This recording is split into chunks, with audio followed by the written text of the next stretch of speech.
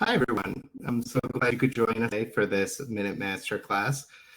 Today, we'll be talking about our sensor thresholds and some of the things that you can do with this sensor that you might not realize you can do. I wanted to introduce myself first. My name is Michael Denight, and I am a customer success manager at Minut based out of Miami, Florida.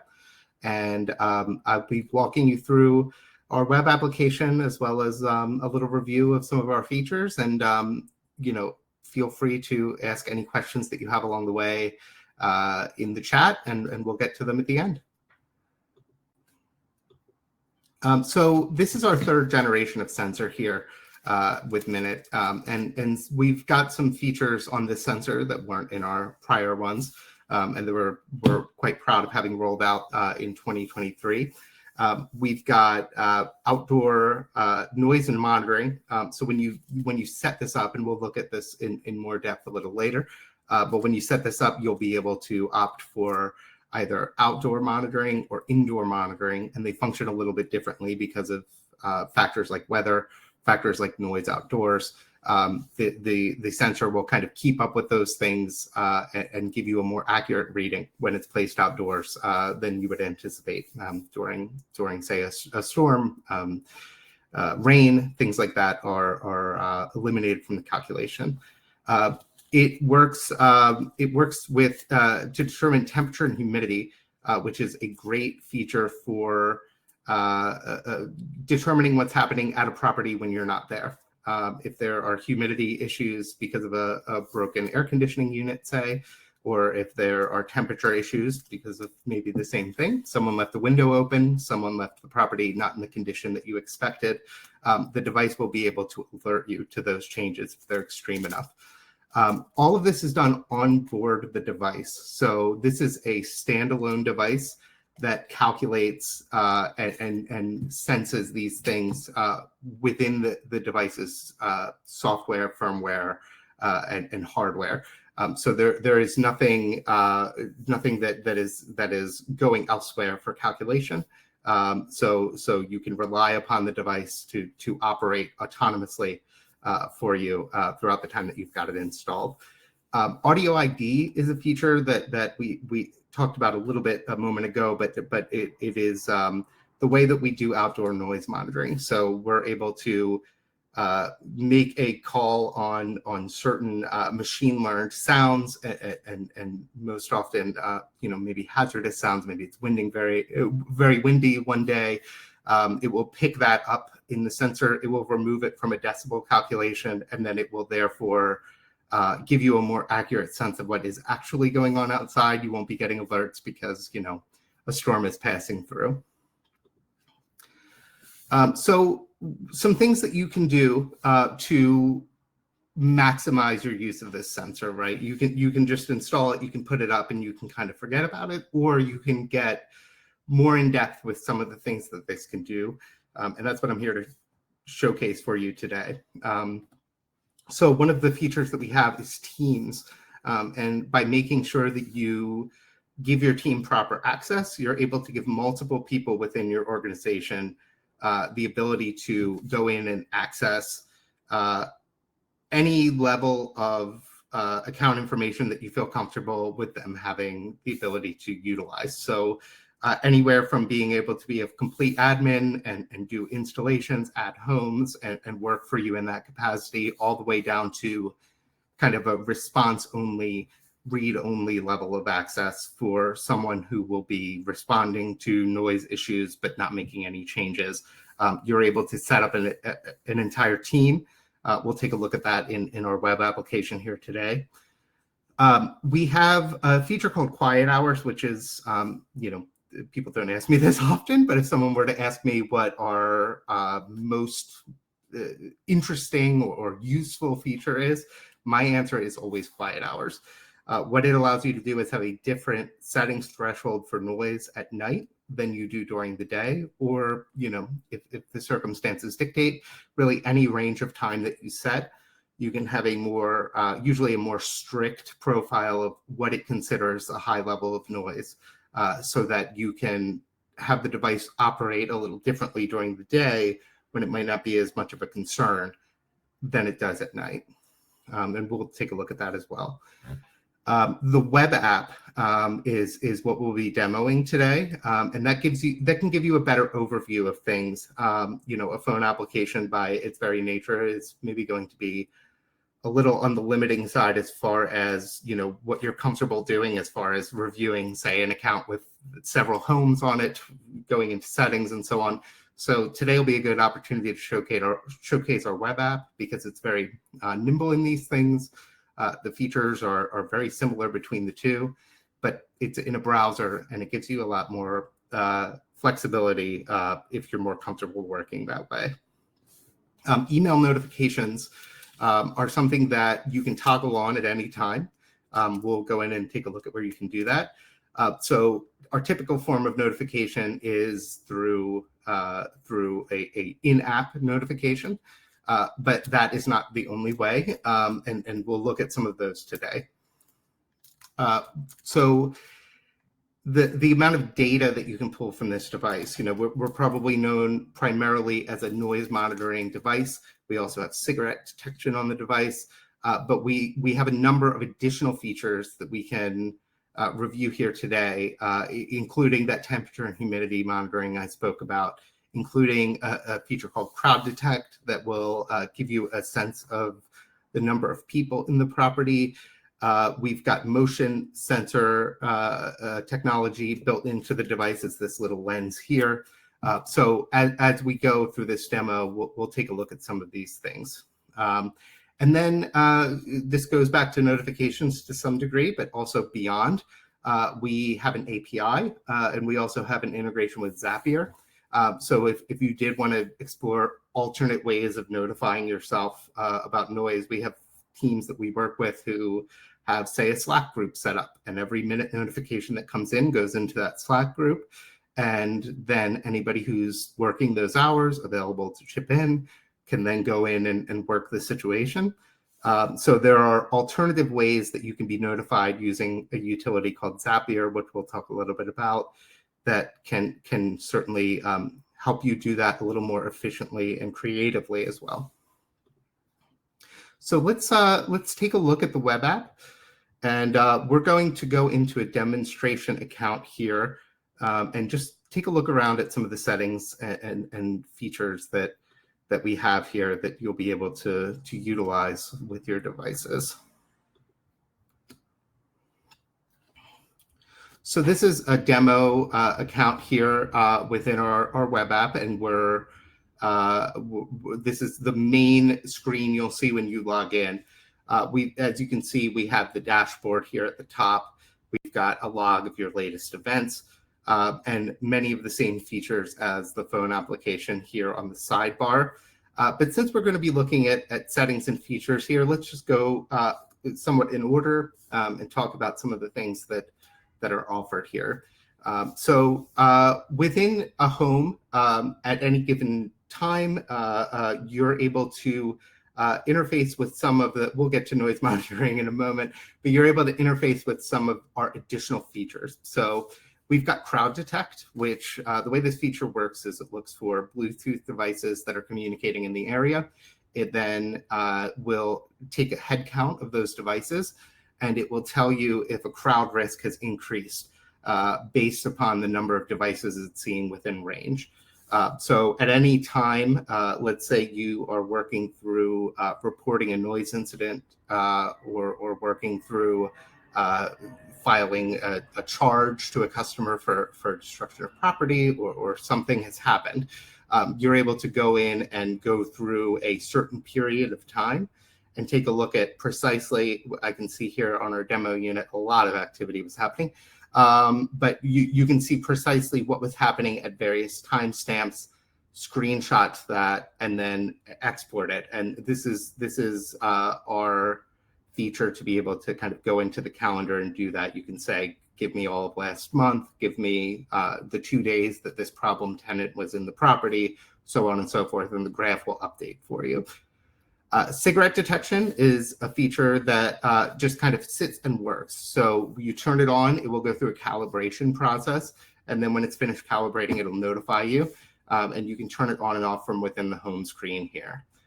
The security alarm works with motion, which we'll look at a nice graph for in just a moment.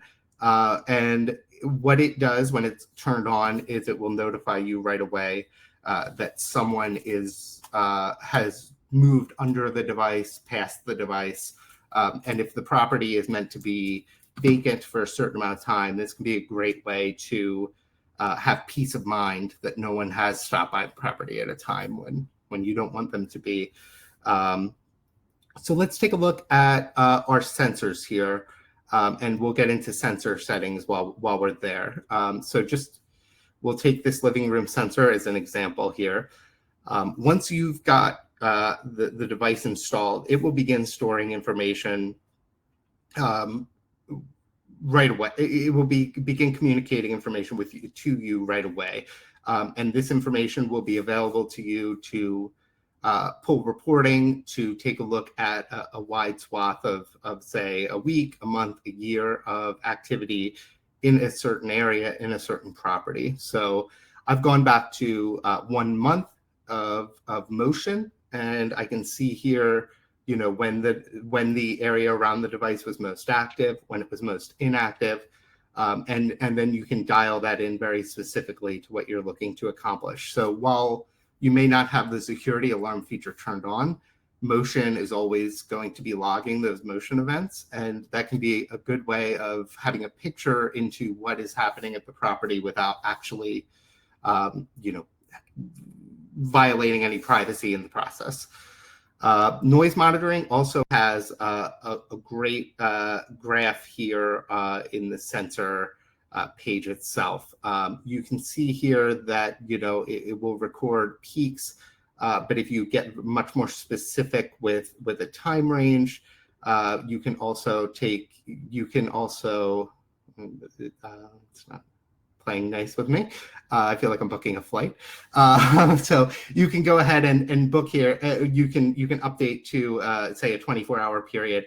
And as you scroll through this graph, you can get very specific kind of timestamps and a sense of when these peaks occurred. So this can be very useful for including in some kind of reporting regarding a noise incident.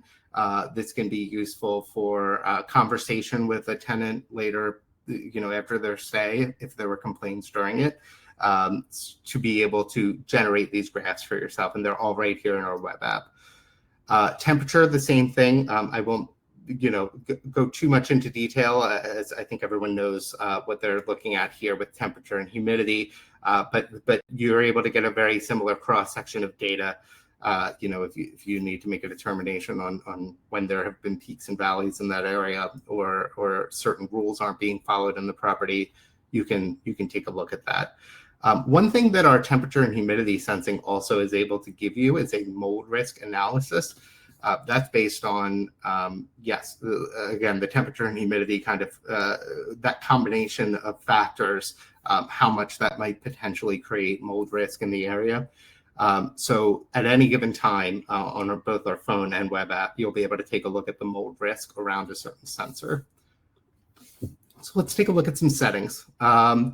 This is the settings page for a sensor itself. So, you know, you set this up, you make it the living room sensor, and then this sensor specifically has its own suite of settings that you can then edit. And you can also, by selecting multiple sensors at once, go in and edit settings for multiple sensors at once. So, you know, you don't need to do them one by one, but it'll be easier for us to look at it that way. So here is the noise threshold settings. So by default, our sensor is at a 75 decibel threshold.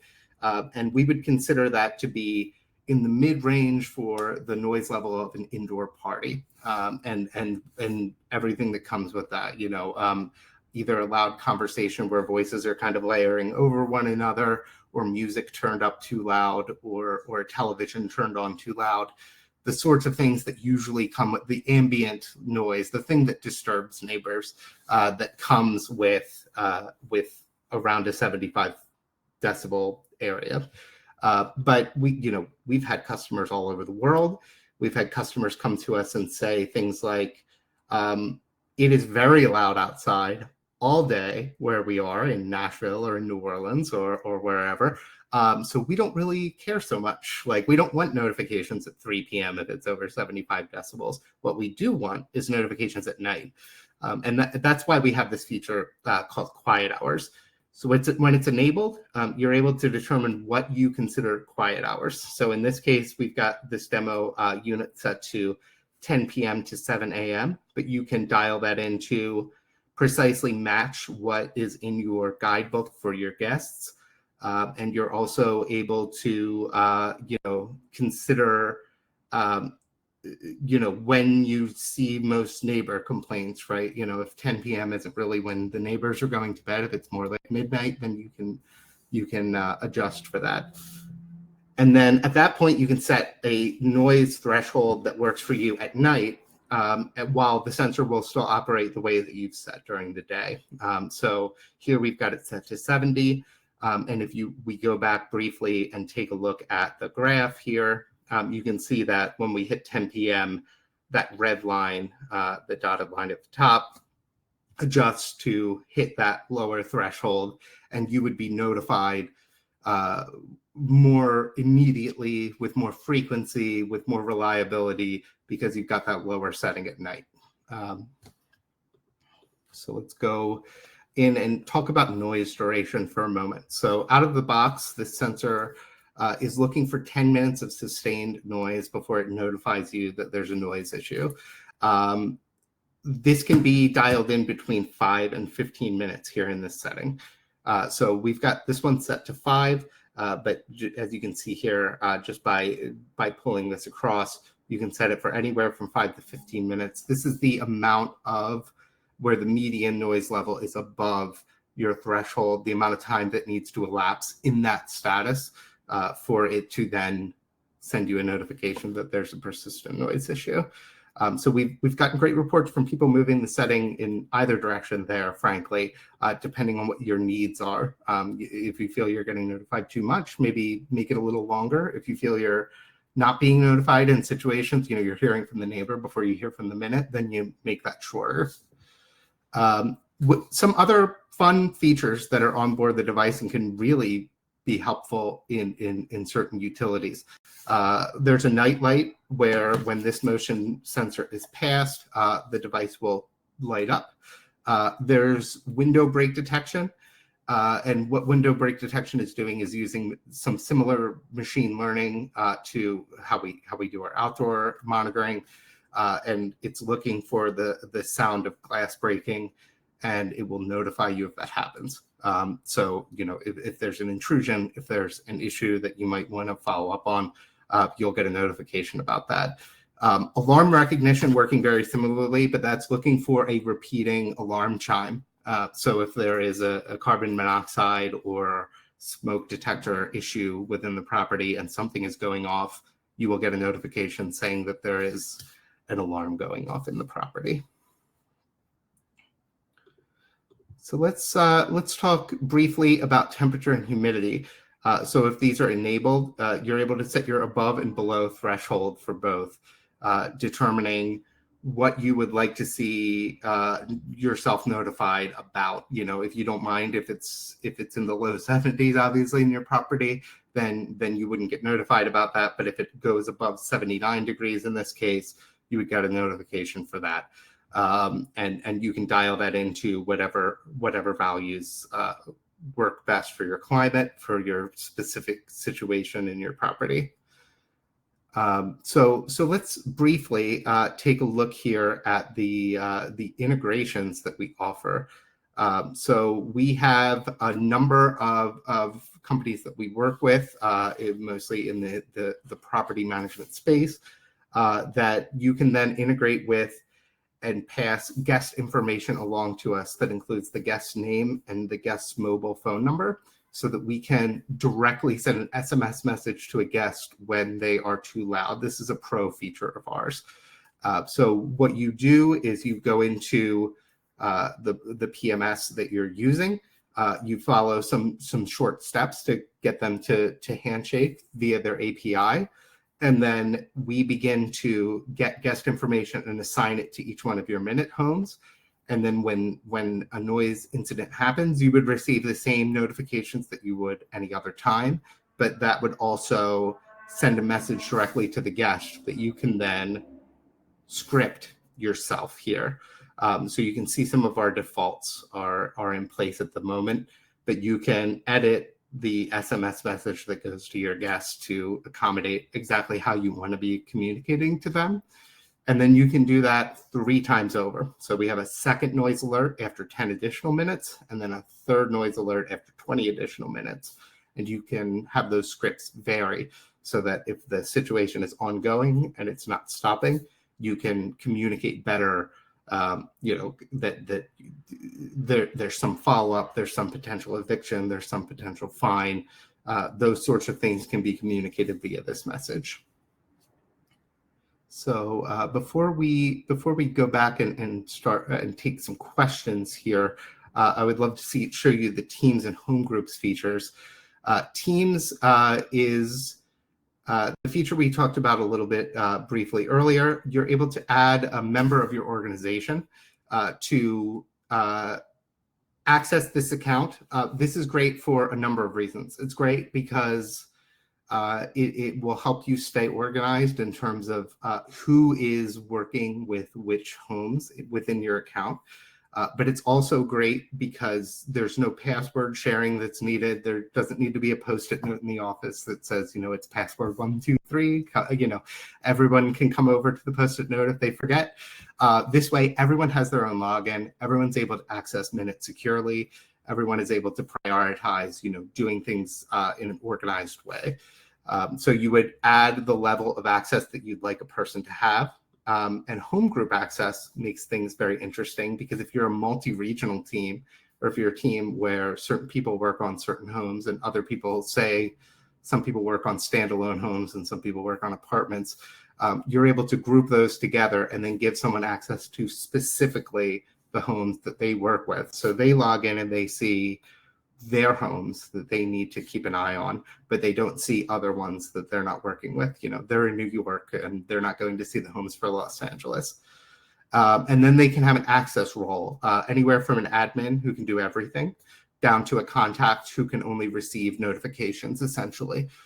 So once they access, you're able to then manage your entire team, give as many people as need access to Minut without compromising your security, compromising your ability to run your own account. And yeah, that sums up our web app demo and some talk about some features. So I would love to kind of get to some of the questions that we've got here in the chat. So I'll start with Karina. The range of the device in terms of distance from the object or area in which the noise stems.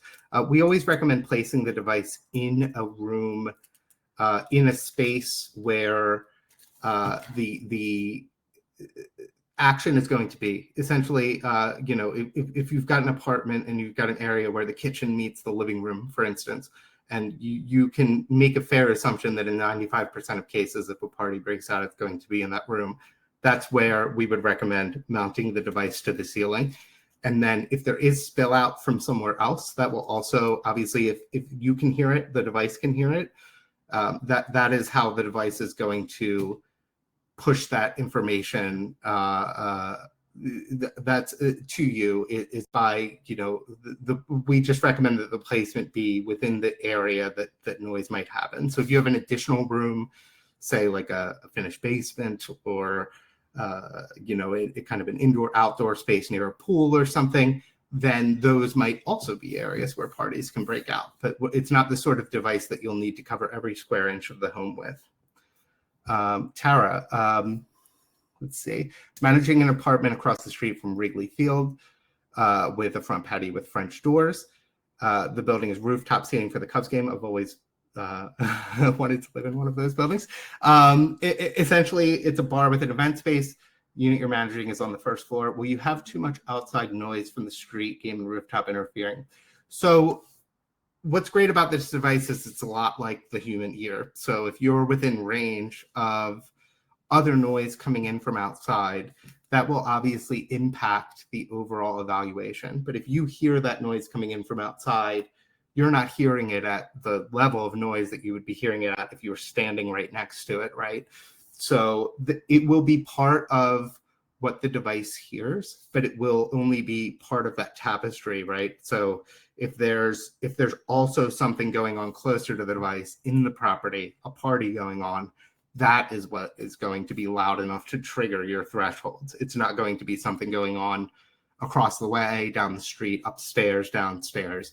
It's much more likely going to be something within proximity of where you've installed the device. So it's actually, the sort of thing where you might see the decibel level a little higher than you usually would in an empty cabin, let's say, but you'll be able to get a sense. There will be a big difference between there's a Cubs game going on down there and there is there's a party going on in here. Those will be very different readings. Paul has guests every weekend and knows who's coming. Can you set up their emails in advance so they can get the notifications? So that's where our Pro feature, which will allow you to integrate with your property management system, comes in. It will send us the guest information, and then we will be able to directly SMS message the guest. If you're an Airbnb user, if you're a host on Airbnb, we have an integration with Airbnb as well that works with their messaging system. So it will, instead of SMS, it'll send that through the Airbnb messages as part of that reservation. Karina, 5 to 15 minutes for noise duration doesn't help when the problem is a series of random but loud short noises. That is something that we'll talk about here. The idea of sustained noise is just that, right? And you seem to definitely understand the distinction. If someone drops something or shouts loudly, but they've stopped, they're starting and stopping. Those things are not quite sustained, and the average level of noise would still need to exceed the threshold you've set. So if those become increasing problems, I think setting a lower threshold is usually the good solution for that issue, because you're trying to get that average, if those things are creating problems, you're trying to get that average to match the reality of that noise and how loud it is. All right, let's get to some questions here. How long does the battery last before replacement and charge? So this battery lasts approximately 9 to 12 months. Some of the features that we've looked at around alarm recognition, glass break detection, when those are disabled, the battery life improves. And so it's the sort of thing where you might want to consider running the device a little bit more lean to maximize your battery life. But we would typically recommend 1 to 2 times a year planning to charge the device.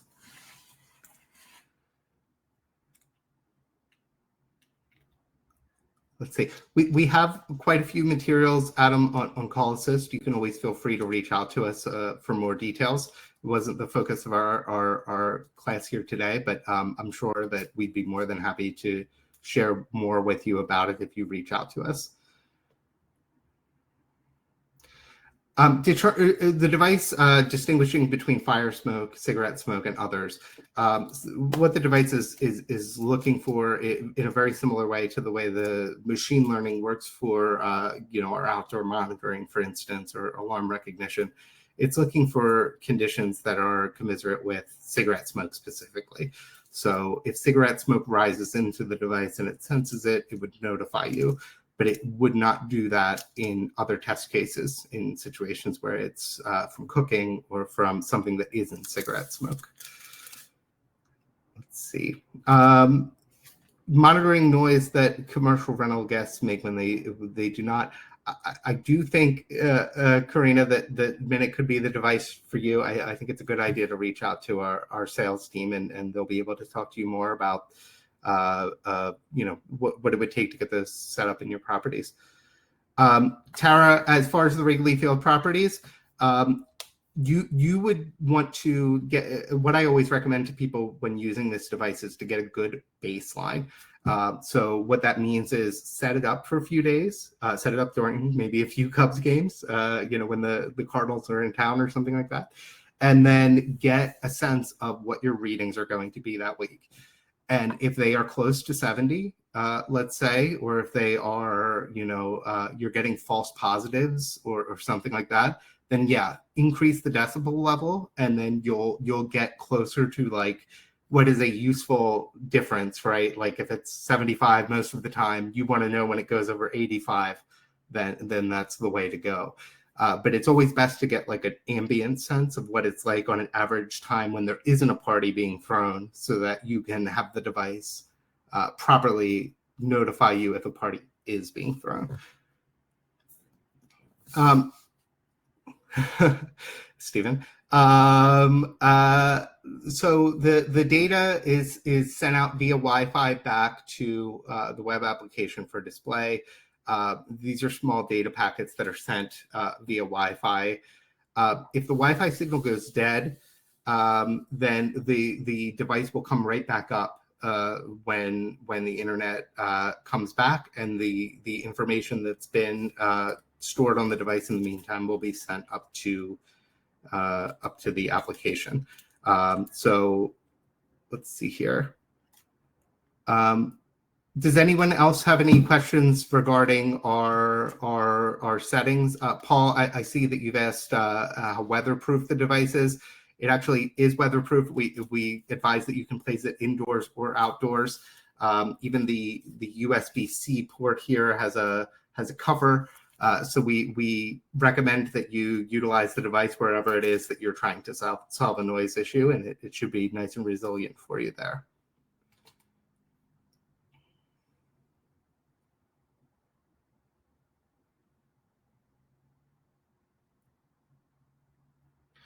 Are there any more questions?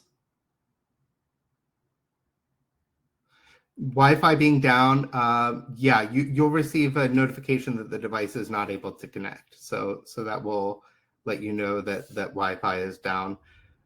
Karina, just go to our website at minut.com, and you'll be able to get in contact with us.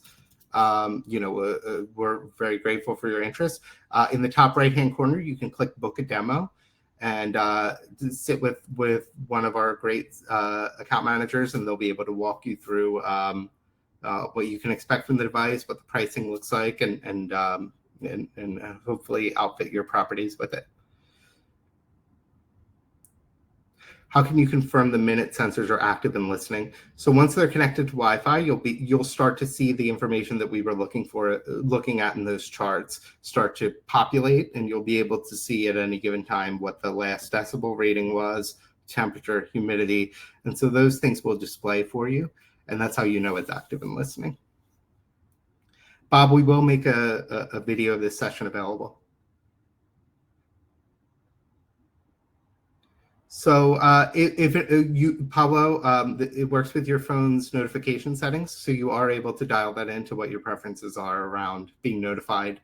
Pablo asks if you're able to set it to vibration or minimize noise during the night if you're notified about a noise issue. You can work within your phone's specific notification settings to make sure that that it fits what you're trying to accomplish. Nathan asks, haven't planned to put one inside, but 3 outside. Would indoor noise possibly trigger the outside monitor?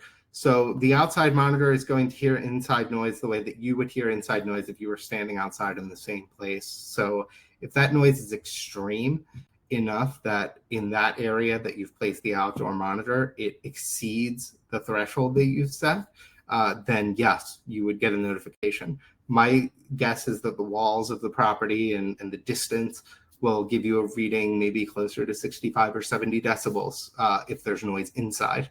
And so you would need to either modulate for that by making it a more sensitive device outside or place a device inside. And yeah, this is meant to be, if this device is kind of cut out for preventing anything, it's neighbor complaints. So you're saying, neighbor complaints are your main issue, Nathan, and that it's being used in a single family home. the idea of this device and its placement in a single family home would be so that the person next door, is not the first person you hear about a potential party or a potential noise problem from, that you would hear about it from the device first. So maybe you set the threshold down a little lower if neighbor complaints are common. Maybe you set the time period before a notification a little lower. If you feel that your neighbors are hypersensitive to this issue in the past and may continue to be. Yeah, outside placement should cover you. If it's loud enough to be causing a problem for the neighbor next door, it's probably loud enough that it would be picked up outside. But what we would always recommend if your concern is indoors or outdoors is to put one in each location.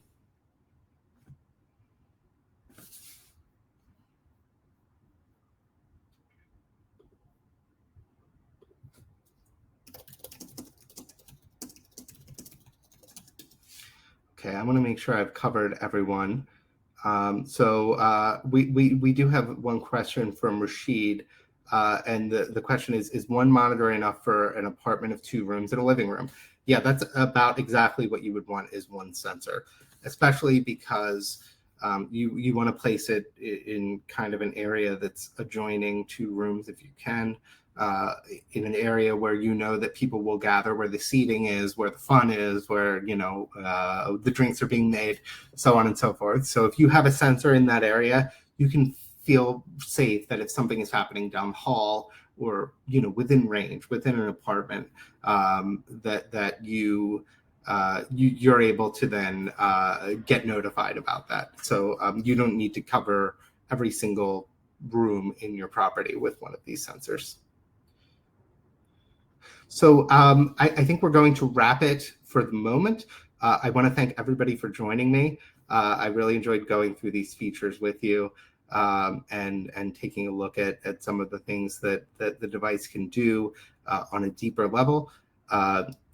I'm always excited to share this information with you in a demo, either myself or our sales department. So feel free to go to minut.com and book a demo with us if you'd like some more information, a demonstration of what the device does, and you'll be able to chat with one of us.